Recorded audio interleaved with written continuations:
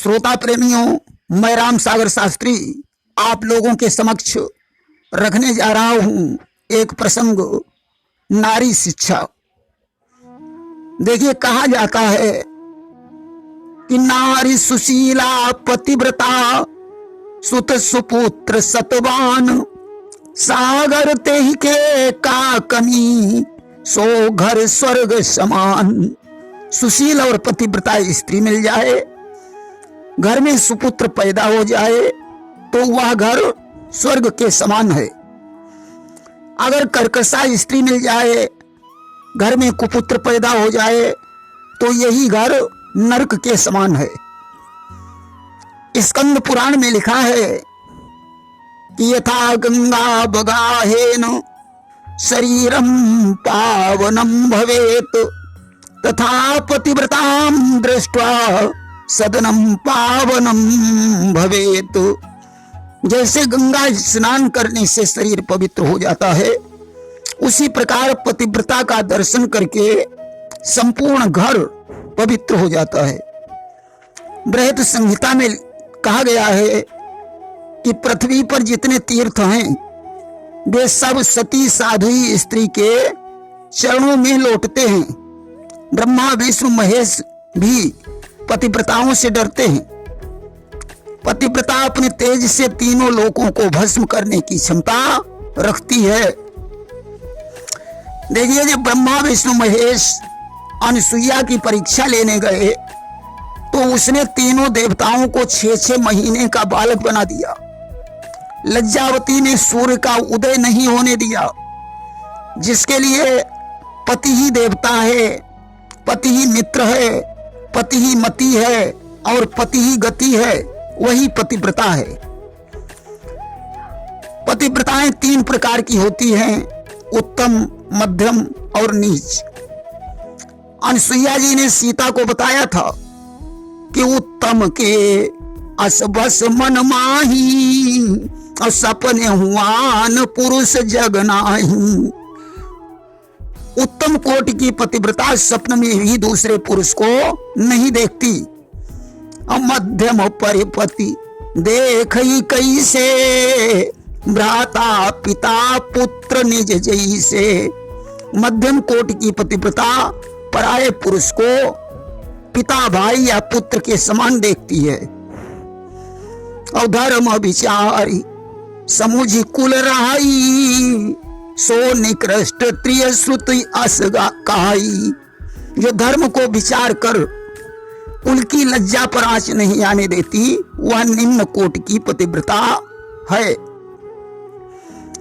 वृद्ध, रोगी, मूर्ख, धनहीन, अंधे, बहरे, क्रोधी आदि किसी भी प्रकार के पति का अपमान करने वाली स्त्री यमलोक में जाकर यातनाएं भोगती है। देखिए, शास्त्र में 16 प्रकार की माताएं बताई गई हैं। स्तन पिलाने वाली, गर्भ धारण करने वाली, भोजन कराने वाली, गुरु की पत्नी, इष्ट देव की पत्नी, पिता की पत्नी यानी विमाता, पितृ कन्या यानी सौतेली बहन, सहोदरा बहन, पुत्र वधू, सास, नानी, दादी, भाई की पत्नी, मौसी, बुआ और मामी। ये 16 माताएं होती हैं। ऐसा ब्रह्म वैवर्त पुराण में लिखा है। महाभारत में आया है कि विवाह में कन्याओं के घर वाले स्त्री धर्म का उपदेश देते थे। स्त्री अग्नि को साक्षी मानकर पति की धर्म सहचारिणी बनती थी और पति के सुख दुखों के हिसाब से गुजर करती थी। प्रातः काल उठकर घर को साफ सुथरा रखती थी, गृहस्थी व्यवस्थित रखती थी, पति के साथ पूजा करती थी, सास और ससुर को पहले खिलाती थी, उनके चरणों की सेवा करती थी, नैहर में माता पिता को सुख पहुंचाती थी, वही तपोधना कही जाती थी। ब्राह्मण, दीन, अनाथ और अपाहिज इनका पालन पोषण करती थी, चित्त को बस में रखती थी।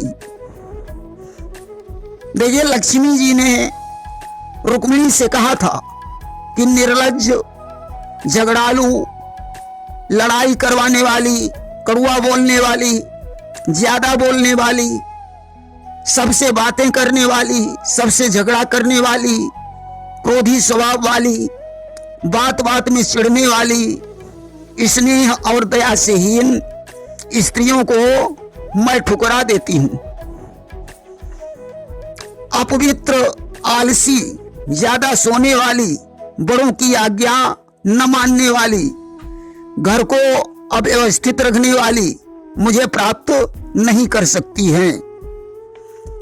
जो स्त्रियां पति को परेशान करती हैं, मैं उनसे नाराज रहती हूं, ऐसा लक्ष्मी जी ने रुक्मिणी से कहा। देखिए स्त्री को बाल युवावस्था, वृद्धावस्था तक स्वतंत्रता वर्जित है। विवाह करना आवश्यक बताया गया है, ठीक समय पर विवाह करना चाहिए। ऋतुकाल में मांसाहार वर्जित बताया गया है। गर्भकाल में स्त्री को धर्मनिष्ठ होना चाहिए, जिससे पुत्र धार्मिक हो। सौंदर्य, लज्जा, विनय, संयम और तप, संतोष, क्षमा, धीरता और वीरता, गंभीरता, समता, सहिष्णुता, सुव्यवस्था तथा सफाई, अभिमानहीनता, मितव्ययता, उदारता, पर दुख और कातरता, सेवा शुश्रूषा, ये नारी के भूषण हैं। पति, सास, ससुर, बच्चों, अतिथि, देव, देश और रोगियों की सेवा शुश्रूषा करना चाहिए। जहां तक संभव हो संयुक्त परिवार में रहें। भक्ति, सादगी और सतीत्व पर ध्यान दें। कलह, निंदा, हिंसा, द्वेष, ईर्ष्या, भेदभाव, विलासिता, शौकीनी, फिजूल खर्ची, गर्व, अभिमान, दिखावा, विषाद, हंसी मजाक, वाचालता, स्वास्थ्य की लापरवाही तथा कुपथ्य, मोह, कुसंग, आलस, व्यभिचार, ये स्त्री के दूषण बताए गए हैं। इन्हें छोड़ देना चाहिए। किच्छा न सुख लागी जन्म सत कोटि, और दुख न समुझते ही सम को खोटी। देखिए लज्जा ही स्त्रियों का सबसे बड़ा गहना है।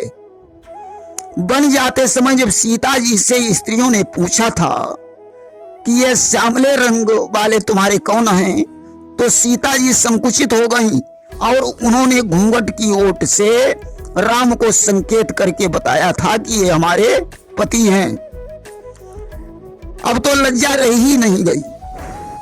अंग्रेजी में एक कहावत है, the flower of sweets smell is शाई एंड लवली। श्रेष्ठ गंध वाला फूल लजीला और चित्ताकर्षक होता है।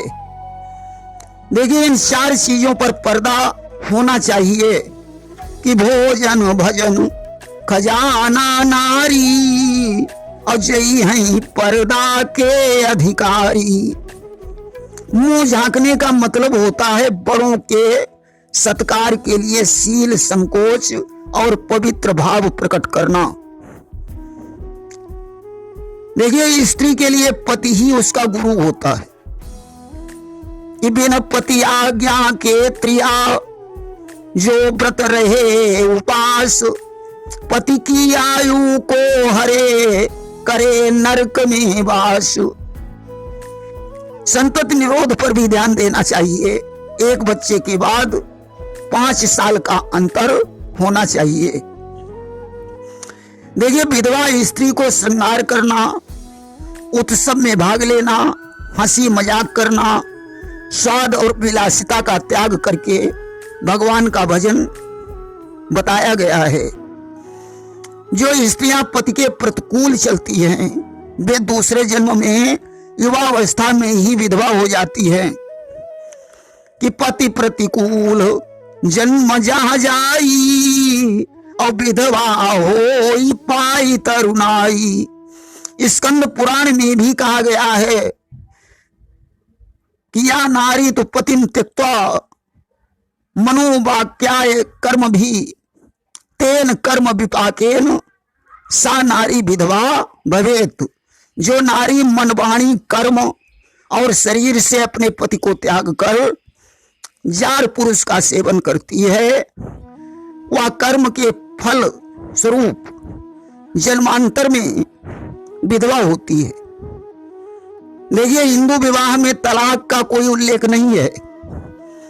विवाह कोई सौदा नहीं है जो तोड़ा जा सके, जो पति के परलोक गमन पर भी ज्यों का त्यों बना रहता है।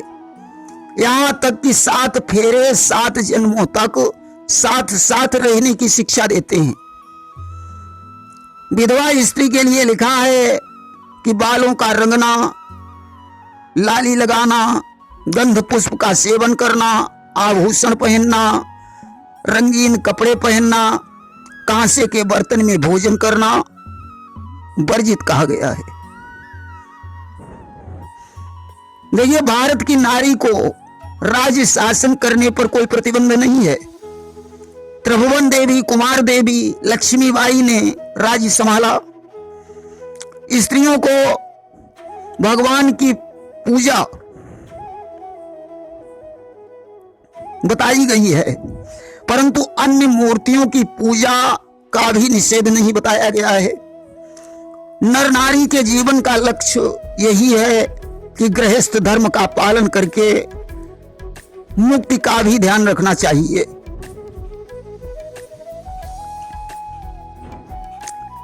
देखिए, जिस घर में सुशील और पतिव्रता स्त्री का अपमान होता है उस घर से देवता भाग जाते हैं। लिखा है कि जिस कुल में बहन, बेटी, बहू और माता आदि स्त्रियां दुखी रहती हैं वह कुल शीघ्र नष्ट हो जाता है। पिता, भाई, पति, देवर इन सभी को स्त्रियों का सत्कार करना चाहिए। बिना पत्नी के कोई धर्म कार्य पूरा नहीं होता। इसीलिए अश्वमेध यज्ञ में सोने की सीता को पत्नी का स्थान दिया गया था। हिंदू धर्म में स्त्री का जितना आदर होता है उतना दूसरे धर्म में शायद नहीं होता होगा। देवी के रूप में, जननी के रूप में, कुमारी के रूप में हमेशा यहाँ पूजा होती रही है। प्रेम से बोलिए वृंदावन बिहारी लाल की जय।